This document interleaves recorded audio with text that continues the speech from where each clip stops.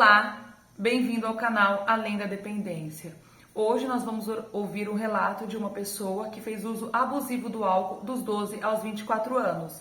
Fique agora com o depoimento do Gerson e ouça a mensagem que ele tem para nós. Olá pessoal, boa tarde. Aqui é a Sabrina e nós estamos com o nosso primeiro entrevistado, um colega que tem uma experiência e um relato para compartilhar com a gente. Por favor, Gerson, pode se apresentar. Oi, Sabrina, tudo bem? Eu sou o Gerson Luiz Vieira, né? Eu sou filho de Luiz Vieira e de Benedita Vec Vieira, que hoje, né, estão aí com o Papai do Céu, em memória, que me ensinou muita coisa de vida. Eu tenho 54 anos, solteiro por opção, mas eu tenho minha família, somos em 7 irmãos aqui na cidade de Indaiatuba, interior de São Paulo, Sabrina. Legal, Gerson. Eu sou de Indaiatuba também, hein? Somos Muito colegas. bom. Muito bom. Então, Gerson, você tem um relato para contar para nós sobre o uso de álcool, outras drogas. Eu gostaria que você desse o seu depoimento o mais detalhado possível. Tudo que você lembrar da sua experiência pode contar para nós. Ah, legal.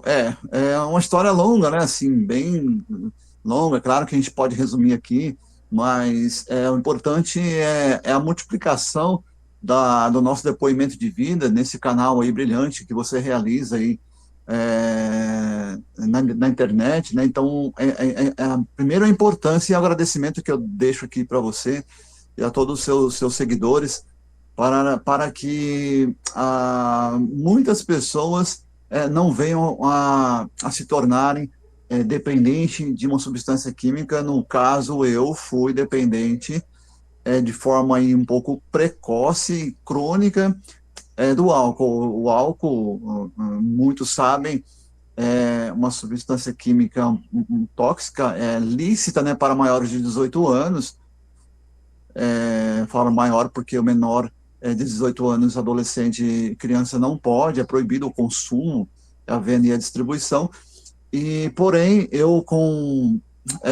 na idade de 12 anos, eu tinha uma certa liberdade na minha cidade, onde eu morei, junto com meus pais, de ir e vir, de fazer acontecer, tinha uma certa liberdade.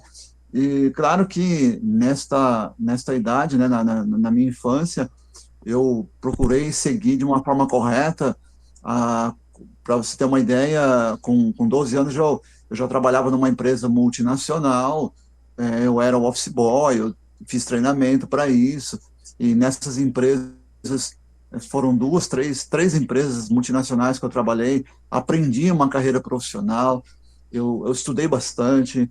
Eu tinha um dom para desenho artístico, desenho mecânico, depois eu me formei nessa área técnica industrial, e eu era bem requisitado nas empresas que eu trabalhei, no sentido de pontualidade, assiduidade, competência, curiosidade também. Eu era muito curioso no sentido de crescimento. Eu olhava para meus patrões e chefes de empresa, eu copiava muito, né, assim, a forma deles agirem, de crescerem. Isso é um legado que eu tenho hoje, que eu busco, sempre busquei, imitar, né, os bons exemplos, né? Isso é legal, porque aonde eu me formei, que é o CAMP, que é o Círculo de Amigos do Menor Patrulheiro de Indaiatuba, teve um treinamento muito rígido, teórico e prático, para você ser um bom profissional, mas além de ser um bom profissional, ser um bom cidadão. Ok, mas por que eu falo isso? De repente eu não tive essa instrução profissional dentro da minha casa com meus pais. Bom, primeiro, o meu pai, ele foi um alcoolista crônico.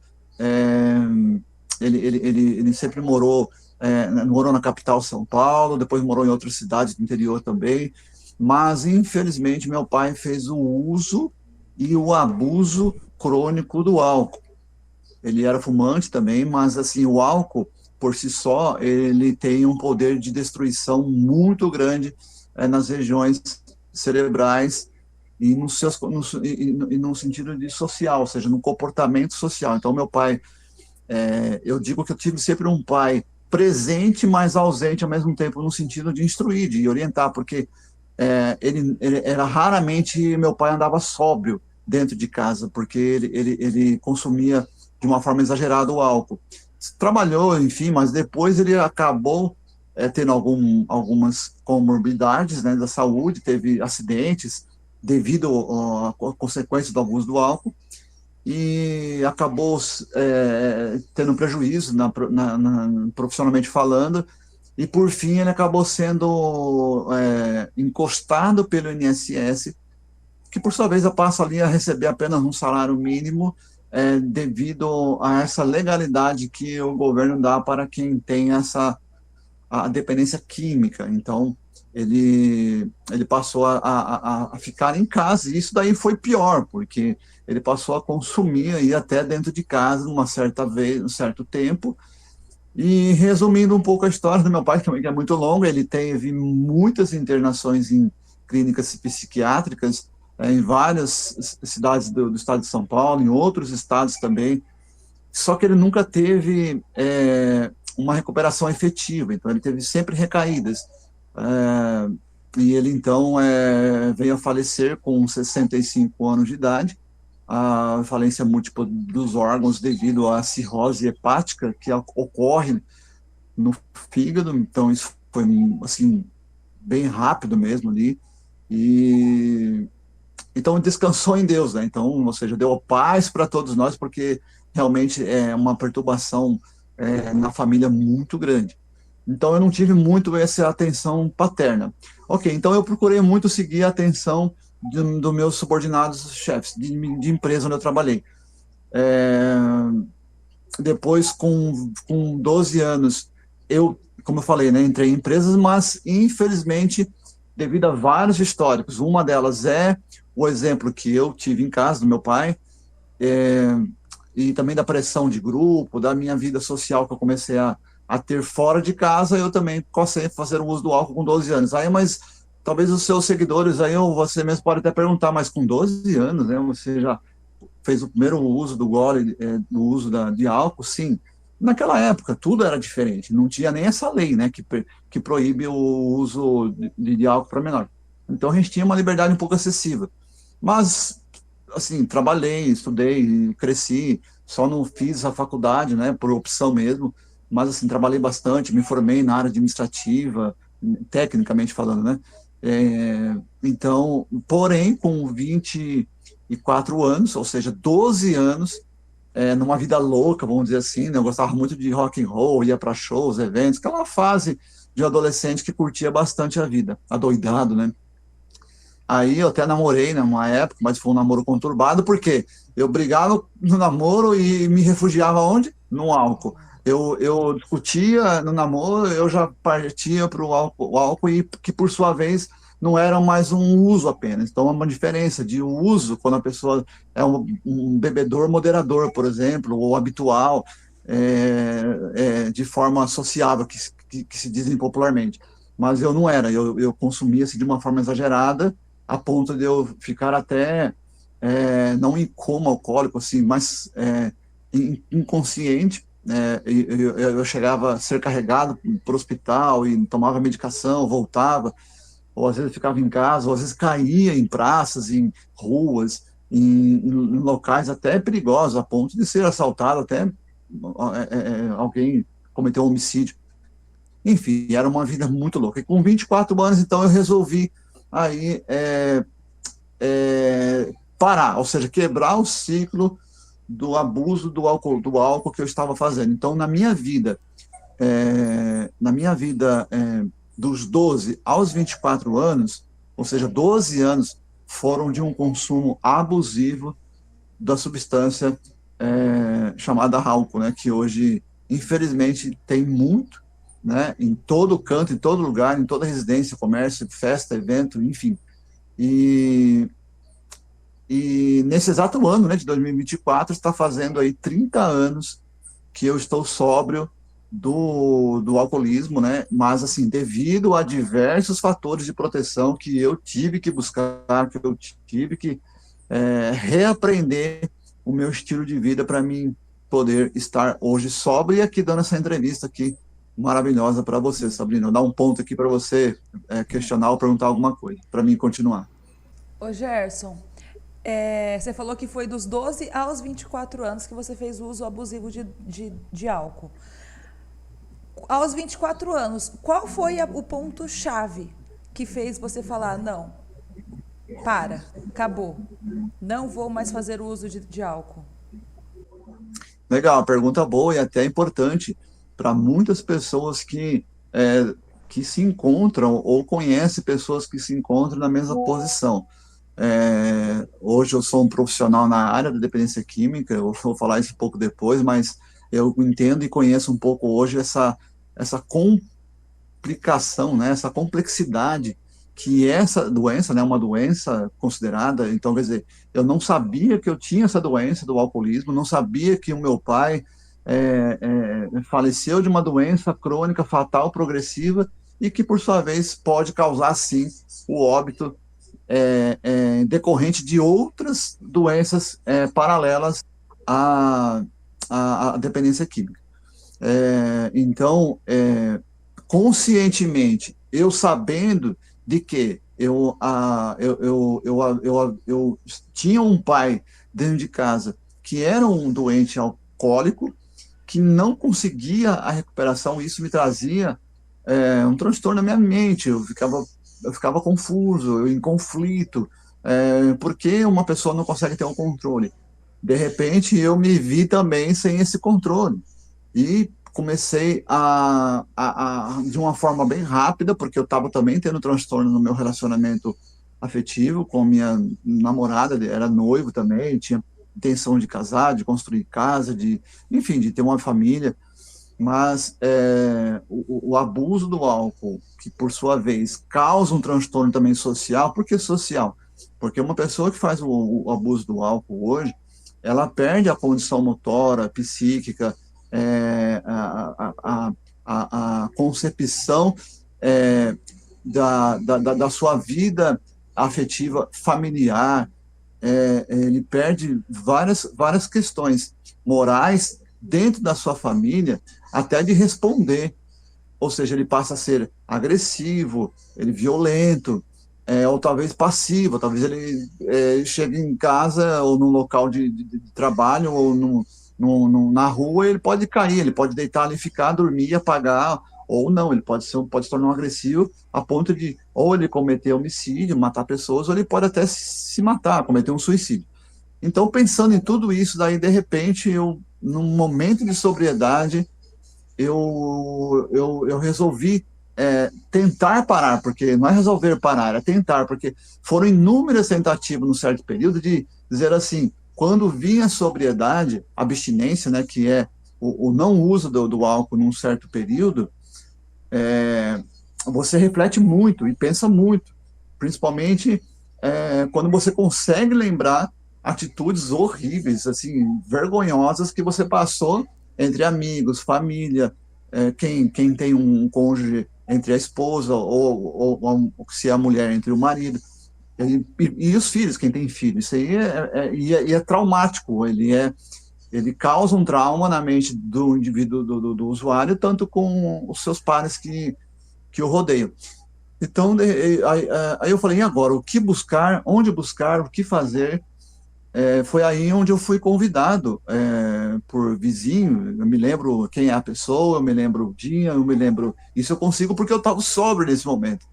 Fui convidado até para frequentar uma igreja, né? E buscar ali uma fé, aplicar fé, uma religião, buscar a Deus, enfim. E essa pessoa, eu lembro que ele me convidou, eu tinha passado por uns momentos difíceis, eu tinha até feito o abuso assim, de uma forma bem crônica, exagerada, nesse período aí, né? Como eu falei, há 30 anos atrás. E eu, assim, aceitei, eu resolvi, eu quero. Tanto é que eu sempre acreditei em Deus. Eu, com 7, 8 anos de idade, devido às confusões que meu pai tinha em casa, eu tinha uma igreja do lado de casa, eu ia, né, como criança, eu gostava de estar lá na igreja, assim, porque a gente se sentia bem, era bem acolhido, as pessoas gostavam da gente, falavam só coisas boas, cantavam, e isso alegrava o meu coração. Tá bom. E assim, na espiritualidade a gente diz assim, que isso é um impacto, né, milagroso, através da fé, e que isso é possível acontecer com qualquer pessoa desse planeta. Quando você abre o seu coração e você confessa ali, porque a igreja é para isso, é para você ouvir a palavra, é para você adorar a Deus, é para você ouvir ali o padre, o pastor falar, dar a palavra, você vai entender ali, e você ter uma compreensão da dimensão espiritual que a vida nos cerca. Pronto, a igreja para isso. Então foi para isso que eu fui. Eu respeitei, eu fui, e, e quando eu me abri, quando eu assim senti acolhido naquele lugar, puxa, parece que foi assim um gatilho desenfreado na minha cabeça, que todo o passado, naqueles 12 anos que eu vivi ali com transtorno do álcool, mesmo eu trabalhando, estudando, crescendo, seguindo a minha vida, sendo uma boa pessoa, cuidando do meu pai, da minha mãe, que eu morava com eles, eu tinha um vazio. Eu sabia que tinha um vazio. E esse vazio ele passou a ser preenchido, que é o vazio do espírito, quando eu comecei a frequentar ali a igreja com meus amigos, comecei a interagir. E olha, diante de Deus, o que eu vou falar aqui, já dei esse testemunho, esse relato para muita gente, já viajei em muitos estados do Brasil, em vários locais, em várias redes de comunicação, já falei e sempre vou falar isso, que fui para a igreja, eu me converti ao cristianismo, né? Hoje eu sou evangélico, e eu passei a entender, a ler a Bíblia, não as pessoas que estavam na igreja, a minha família, os meus amigos, né, os meus irmãos em Cristo, assim, dizendo que eu conheci a partir daquele momento, foram fatores de ajuda, mas que dependeu exclusivamente da minha posição, de eu crer, de eu aceitar, de eu entender e de eu praticar a espiritualidade a partir daquele dia. Então, eu posso dizer aqui que a fé em Deus, no meu caso, eu creio em Deus, então a fé minha em Deus, na teoria e na praticidade da minha vida todos os dias, é o que me fez, respondendo a sua pergunta, né, é o que me fez estar de pé até hoje, e foi o que me fez assim a ter um giro de 360 graus em relação à minha dependência química, ou seja, eu fazia o uso e o abuso da substância do álcool num período, eu passei a frequentar a igreja, a ler a Bíblia, enfim, passei a ser um membro de uma denominação evangélica e praticar, não só lá ouvir e tal, e sair dali estar na mesma situação, não. Aí, através todo esse tipo de ajudas, eu comecei a praticar minha fé, minha espiritualidade, e isso foi a base para mim manter. Claro que depois eu passei a buscar outro tipo de ajuda, como participar de grupos de apoio, conhecer pessoas que estavam se recuperando, ou fugir de certos ambientes e grupos de pessoas que já não me faziam parte. Não é uma discriminação, mas é aquilo que me fazia mal, eu comecei a não participar, não usar, não compactuar mais. Então esse foi um dos fatores de proteção que fez com que eu realmente aí dissesse não a essa vida que eu estava vivendo, porque também a minha consciência dizia o quê, Sabrina? É óbvio que se eu continuar da forma que eu estou abusiva, eu não iria resistir, como muitos não resistiram, como muitos não resistem. O corpo humano, ele tem um tempo de vida útil, ou seja, se a pessoa abusa de uma substância química, seja ela qual for, uma coisa é você fazer o uso de substância química, no caso o álcool, com 20 anos, outra coisa é com 30, outra coisa é com 40, e outra pior ainda é com 50 ou 60 anos, já não ser numa fase idosa, você fazer o abuso, você nunca vai consumir uma quantidade igual, semelhante, com 50 anos, como você consumia com 20, com 30. Jamais. Você vai diminuindo, mas todas as células do seu corpo, os neurônios, a estrutura óssea, muscular, enfim, a sua vida por completo, ou seja, inclusive transtornos da alma, vão se deteriorando até chegar ao óbito ou até chegar à falência múltipla dos órgãos de uma forma bem gradativa. Então, felizmente, né, eu parei num momento crucial da minha vida e estou até hoje. Sim. Você falou da espiritualidade, do afastamento de grupos, de que procurou grupos de apoio. Eu queria saber como que a sua família, se teve familiares, teve amigos, como que eles lidaram e se eles te apoiaram nesse momento em que você buscava a recuperação, manter a sobriedade. Como que era esse apoio da sua família nesse processo? Você falou que você tem 7 irmãos, vocês são um grupo de 7 irmãos. Como é que foi isso? É, se, é, é, se eu tenho, vamos lá, vamos falar assim, um cego não pode guiar outro cego. Então vamos lá. Eu estava numa condição da dependência química já entrando numa fase com 24 anos, crônica já, a ponto de eu sofrer já talvez a minha primeira internação numa clínica psiquiátrica que não é clínica de louco. As pessoas até generalizam e deturpam essa questão, mas é uma clínica que trata transtornos mentais. E o álcool ele causa um transtorno mental muito grande, a ponto de o único especialista hoje que diagnostica que uma pessoa que é dependente química é o psiquiatra. E onde vai encontrar esse psiquiatra? Numa clínica de psiquiatria. Mas a minha família, ela também, meus irmãos, eles também faziam da mesma intensidade que eu, não. Da mesma forma, não, porque são 4 mulheres quatro homens e 3 mulheres, os irmãos, né? Eu tinha um irmão, sim, mais velho, o primeiro, né, que nasceu, que também tinha essas complicações, que por sua vez era um abusador também, porém já estava já em recuperação já há muitos anos, até morando com a mãe, porque ele também sofreu aí algumas internações, quer dizer, olha só a genética, o histórico de vida familiar, que isso desencadeia, tá? Então, se eu sou o segundo homem, provavelmente, se eu não me tivesse cortado, né, bloqueado a ruptura da minha dependência química, eu talvez nem estaria vivo hoje para contar o meu testemunho.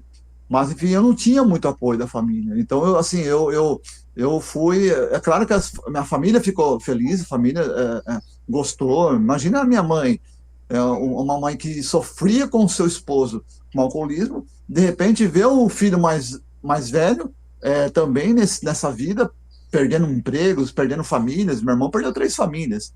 Meu irmão entrou em surto psicótico causado pelo álcool, assim, inúmeras vezes em clínicas também. Então eu ficava até assim, meu Deus, será que eu vou também um dia ser? Então, assim, você entra num conflito muito grande.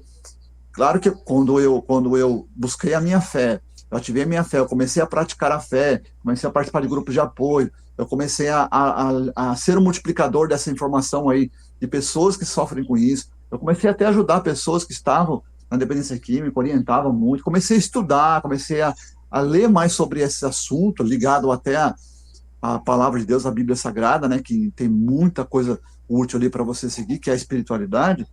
Então, isso aí me abriu a mente para mim parar e refletir e ajudar as pessoas. Mas, assim, a família não tem. Agora, você vai. Minha mãe era uma mulher simples, mas era muito paciente. Mas ela, assim, ela se sentia bem em saber que um filho parou, não bebe mais, não faz mais o uso e está seguindo uma vida limpa, né? Que a gente fala, né? Do álcool.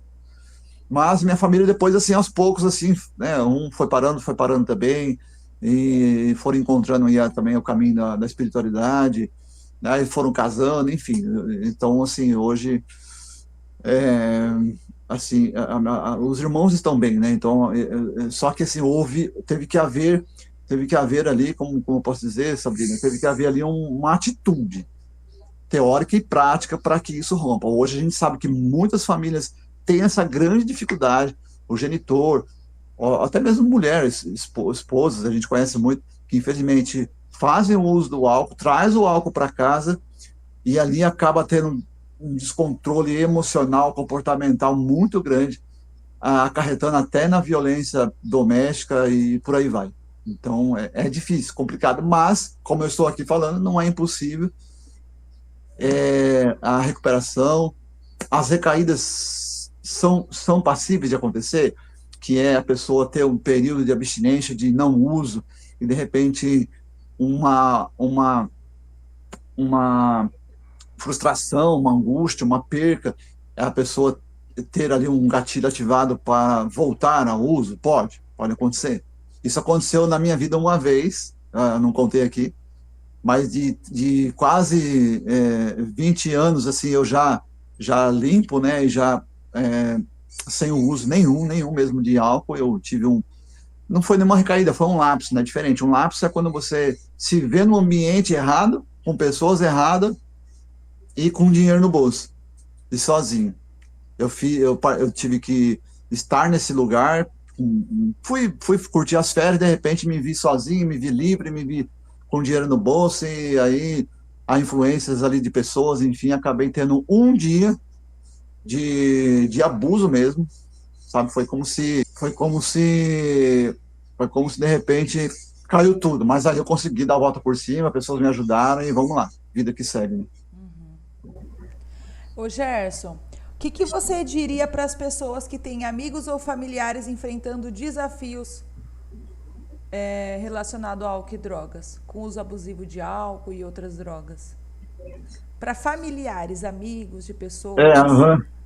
Isso, exato. Olha, as pessoas perguntam para mim assim, sabe? Nossa, mas como que foi a sua recuperação assim? Puxa, você fazia um abuso crônico. Só para a pessoa entender assim, abuso crônico, o que seria, né? Claro que é relativo, sabe? Mas vamos lá, olha o tipo de abuso crônico que eu fazia. Imagina eu, num domingo, trabalhei a semana inteira, estudei, fiz um monte de coisas, né? Aí quando chega no domingo, à tarde, vamos assistir um jogo de futebol, 4 pessoas, amigos, colegas, né? Eu, meu irmão, mais 2 colegas, em casa, num domingo à tarde, assistir uma partida de futebol. Nós fazemos o uso de 2 garrafões de vinho, que dá um total de 10 litros, mais algumas cervejas, que é o álcool fermentado, e mais umas batidas. Imagina, 4 pessoas. Só 10 litros de vinho que a gente bebia, quanto que dá 10 litros por 4? 2,5 litros? 2,5 litros. Por pessoa. Em 2 horas de futebol, de jogo ali. Então, ficavam já alterados e a gente ficava... meu Deus, acontecia de tudo ali. Num domingo, sabendo que no outro dia de manhã, 6 da manhã, tínhamos que estar nos nossos respectivos trabalhos. Então, isso é um abuso crônico. Aí, quando chega na segunda, aquela ressaca, aquela dor de cabeça, aquela angústia, aquela depressão, né? Meio que depressão, não era uma depressão assim, propriamente dito, mas era uma opressão, era uma angústia, era uma tristeza profunda que a gente sentia. Nunca mais, não quero saber. Na terça-feira à noite, começava tudo de novo. Quarta, quinta, sexta, sábado, domingo, passávamos dias sem almoçar, sem jantar, virávamos à noite, às vezes, em shows, em eventos noturnos, em festas, em bailinhos, até mesmo ficava na calçada ali, na rua, conversando. E então, isso daí, imagina o fígado, pâncreas, os órgãos do corpo, né? Imagina o cérebro, os neurônios, quando chegar a uma certa idade. Por isso que eu já perdi colegas de escola, de bairro, de rua, jogamos futebol junto. Já perdi colegas com 35, deixa eu ver aqui, com 42. Eu posso falar nome de todos eles, onde eles moravam, convivência. Perdi colegas de acidente de moto, de asfixia por vômito, de fazer uso de droga, dormir e fazer o vômito, né, ali no meio da noite, dormindo, e asfixiar com o próprio vômito e não dá tempo de socorrer e a pessoa vai a óbito. Parada cardíaca, acidente de moto, afogamento em mar, suicídio, homicídio, tudo isso que eu estou te falando são colegas meus que beberam comigo, fizeram uso de álcool comigo, não estão mais aqui. Entendeu? Então, nas minhas palestras, eu até uso isso como exemplo, e eu falei, olha, então eu agradeço a Deus por estar aqui, a mim que tive essa força, mas o que eu digo para as pessoas, fazer o que eu fiz, refletir na vida que eu estava levando e na vida que eu poderia ter. Pensei no amor da minha mãe, que minha mãe sempre foi uma cristã, né, da igreja congregação, ela sempre fazia as orações dela ali, buscava a Deus por mim, abençoava, e nós chegávamos de manhã, minha mãe estava eu via, né, por baixo da porta, eu via ali um clarão, né, a luz acesa e pensava, nossa, minha mãe de novo deixou a luz acesa do quarto. Aí eu abri a porta assim, bem devagarzinho, ela estava ajoelhada com um véu na cabeça e orando. Isso era 6 horas da manhã, 5 horas. Cara, não fazia isso sempre, mas quando eu fazia, aí eu ficava assim, meu Deus, né, minha mãe, puxa vida, hein, não tem jeito, né? Ela é desse jeito mesmo aí. Mas as orações dela, nós vamos dizer, né, que foi atendidas porque, né, a gente foi abençoado e parou, pensou, refletiu e a gente buscou a Deus. Então, assim, o que que eu falo?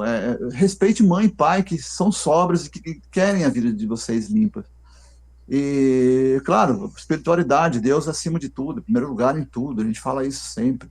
Você tem essa oportunidade de buscar a Deus, qualquer igreja onde você vai ouvir a verdade, a palavra de Deus, busque, porque a fé é a base da nossa vida hoje.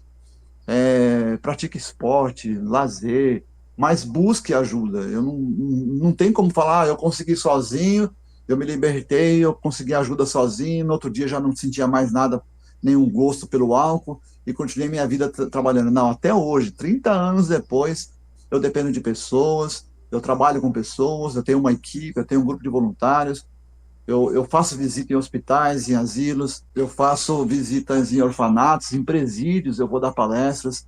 Então, assim, eu estou sempre à disposição fazendo um trabalho voluntário. Isso também é uma força para mim me manter hoje limpo até hoje. Então, eu oriento as pessoas a sempre serem úteis, porque aí você acaba tendo uma consciência. É como a gente fala, né? É só por hoje. No NA e Alcoólicos Anônimos, a gente sempre fala isso. É só por hoje. Então, amanhã não depende de nós. A gente tem que sempre se cuidar no dia de hoje, para não cair amanhã, né? Essa é a nossa verdade, né, Sabrina? Sim. Você falou que, então, os gatilhos, né, que você tinha, que antes poderiam te levar ao uso abusivo de droga, como é que você lida com eles hoje? Hoje você falou que você dá palestra, você é bem ativista na área da prevenção, né? Você é um prevencionista.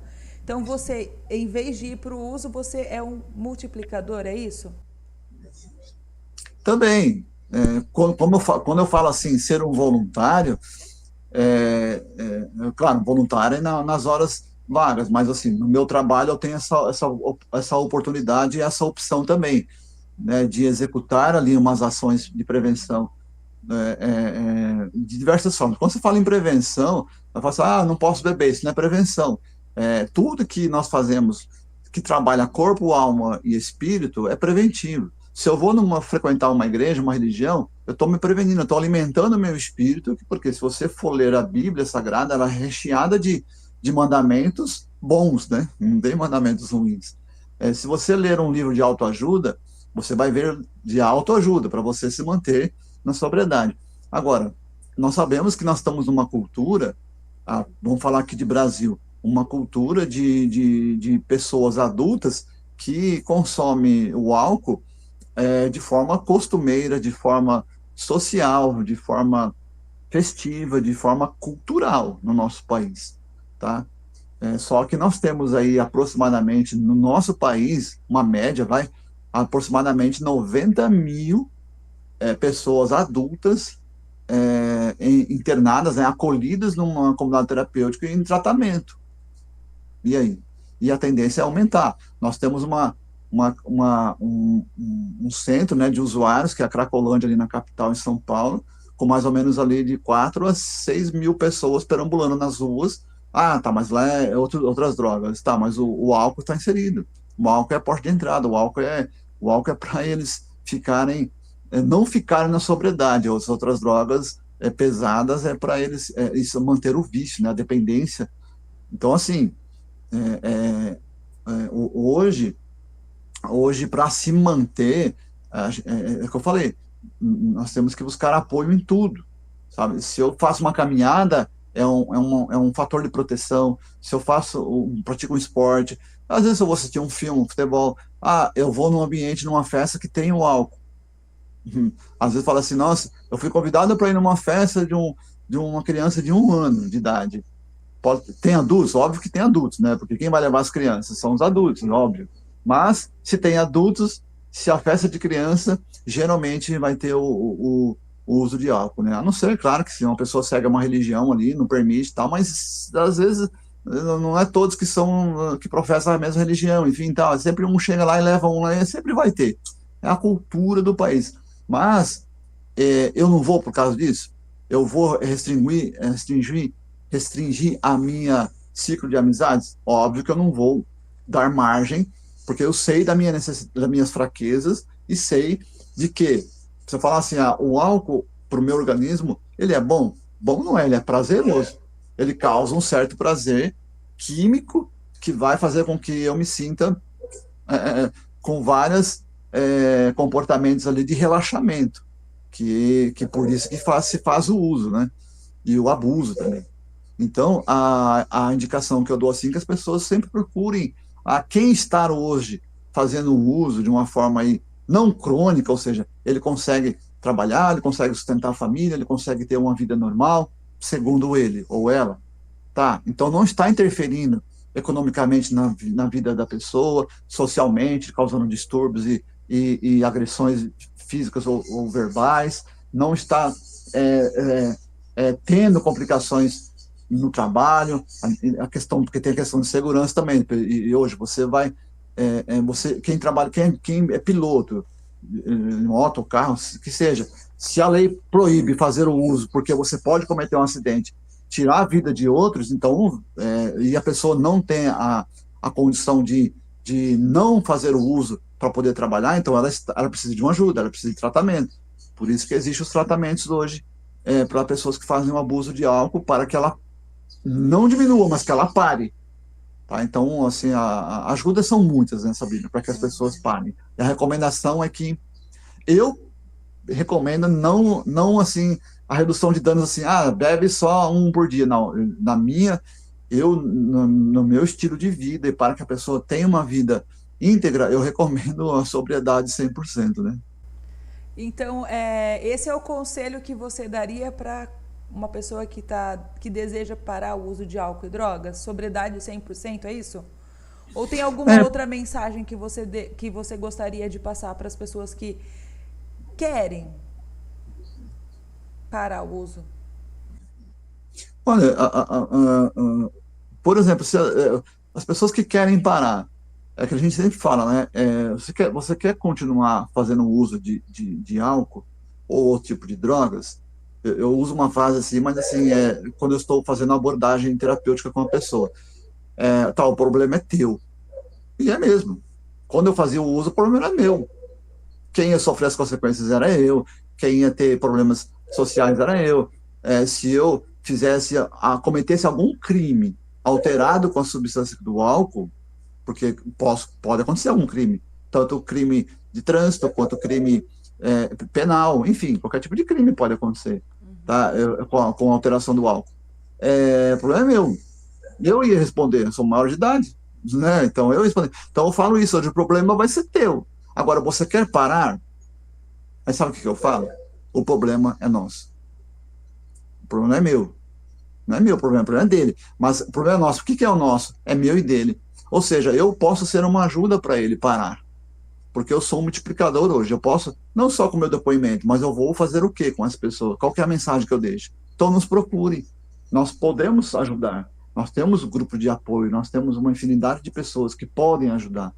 Então, entre em contato, a gente tem uma terapia, a gente tem uma abordagem, a gente tem um grupo de pessoas que fazem orações para as pessoas que pedem, que aceitam. Nós temos encaminhamento para a comunidade terapêutica, quando as pessoas ficam lá 6, 9 meses, 1 ano, 1 ano e meio, 2 anos, numa clínica terapêutica, onde ele vai ter ali todo um tratamento ambulatorial, terapêutico, multidisciplinar, porque como é uma doença, tem que ser tratada. Não é simplesmente, às vezes, exemplo, o meu caso que eu estou contando aqui, a fé minha, a espiritualidade, a minha fé, a minha crença naquele momento, com 24 anos, onde eu busquei todo aquele processo que eu tinha no meu organismo, na minha mente, de consumir o álcool para mim ter prazer, para mim ficar numa êxtase, ela sumiu. Assim, nós chamamos isso de milagre na nossa vida, na espiritualidade, quando a gente fala. Por isso que a fé hoje é importante, é um tripé na base de ajuda. Só que eu tenho que manter isso hoje. Só que aliado à minha fé, volto a repetir, eu busquei outro tipo de ajuda.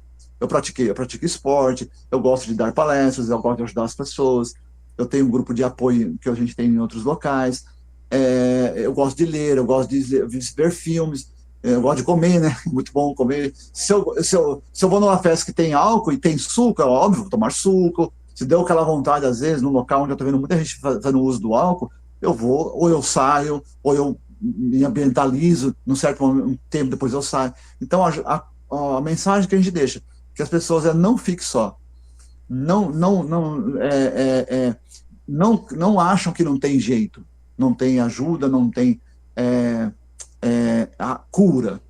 A cura, sim. Não existe cura. É uma doença progressiva, mas ela existe tratamento e a pessoa pode e deve buscar um tratamento e a gente está aí à disposição para oferecer essa ajuda para as pessoas que têm esse tipo. Agora, sim, existem aquelas que realmente, conscientemente, Sabrina, dizem: eu não preciso, eu não quero, se eu quiser eu vou, eu paro sozinho, eu paro quando eu quero, minha vida está tranquila, eu não necessito. Ok, a Constituição me dá esse direito de querer, de não querer a tua ajuda, de ir e vir. Então, eu não vou, não quero. Então, ok,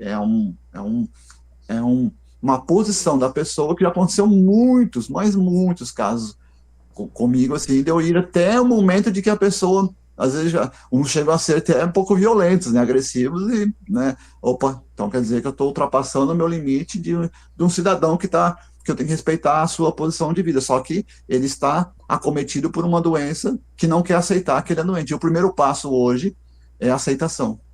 Se não tem aceitação, é difícil o tratamento, muito difícil. Gerson, para finalizar, como é que você vê o seu papel em inspirar e apoiar outras pessoas no processo de recuperação? Você tem um papel, pelo que você está me falando aí, de trabalho social, e como é que você vê isso? Que você é uma pessoa que inspira e que apoia. Como é que é isso para você, Gerson? A importância, ela é tanto de menor grau quanto de maior grau. Por que eu falo isso? Porque nós estamos falando de vidas. Vamos supor, para Deus uma vida, ela vale o mundo. A gente sabe disso, a espiritualidade nos ensina isso, a fé nos ensina isso. E eu tenho Jesus Cristo como autor da Bíblia, assim, meu psicólogo, meu melhor amigo, então, assim, eu converso, eu gosto, eu me sinto bem falando, com respeito, claro, às outras crenças, religiões, enfim, mas é por isso que eu falo, que se cada um buscar se preencher na sua crença, na sua espiritualidade, naquilo que ele crê, e aquilo está sendo uma sustentação para ele, não fazer o abuso de uma substância química que vai trazer prejuízo familiar, social, econômico, financeiro, principalmente na sua saúde, então é óbvio que ele encontrou um fator de proteção. Agora, caso contrário, se não está ajudando absolutamente nada, opa, então uma coisa está errada. Então, eu vejo assim, que na sua pergunta, focando aí, eu vejo que eu devo seguir aquilo que está o meu alcance. Vamos por hoje. O que está no meu alcance hoje? Ser um proclamador e multiplicador dessas ações preventivas. Por que eu falo para todos praticarem um esporte, praticarem um lazer, que seja, qualquer tipo? Estou falando de ser um competidor. Se for um competidor, obviamente, ainda sim que ele não deve ser nenhum tipo de usuário de nenhuma substância, principalmente medicamentos, né? Enfim. Mas, qual a minha orientação, assim, nesse sentido? É que as pessoas optem por aquilo que eu optei, que é fazer aquilo que gosta. Ponto. Eu gosto de fazer caminhada, passeada, andar de bike, que hoje tá tão na moda, as pessoas gostam. Eu gosto de, hoje, interagir na internet. Claro que sempre com moderação. Então, eu não posso, eu não bebo mais álcool. Aí eu parto por só para me dizer que eu estou bebendo, fazendo uso de uma bebida, eu parto para um refrigerante de uma forma exagerada. Vou ter complicações, óbvio. É outro tipo de química. Mas eu vou ter minha moderação. Então, hoje, assim, como um palestrante que eu sou nas escolas, empresas, igrejas, ONGs, eu levo sempre o preventivo de forma prática, dinâmica, alegre, respeitosa. na linguagem que as pessoas entendam, mas sempre alertando que é grave.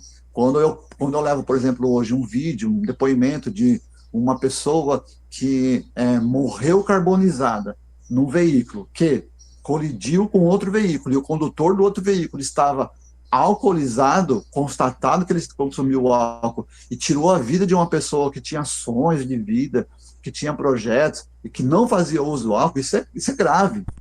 Ou seja, é uma morte evitável. Certo? Por que evitável?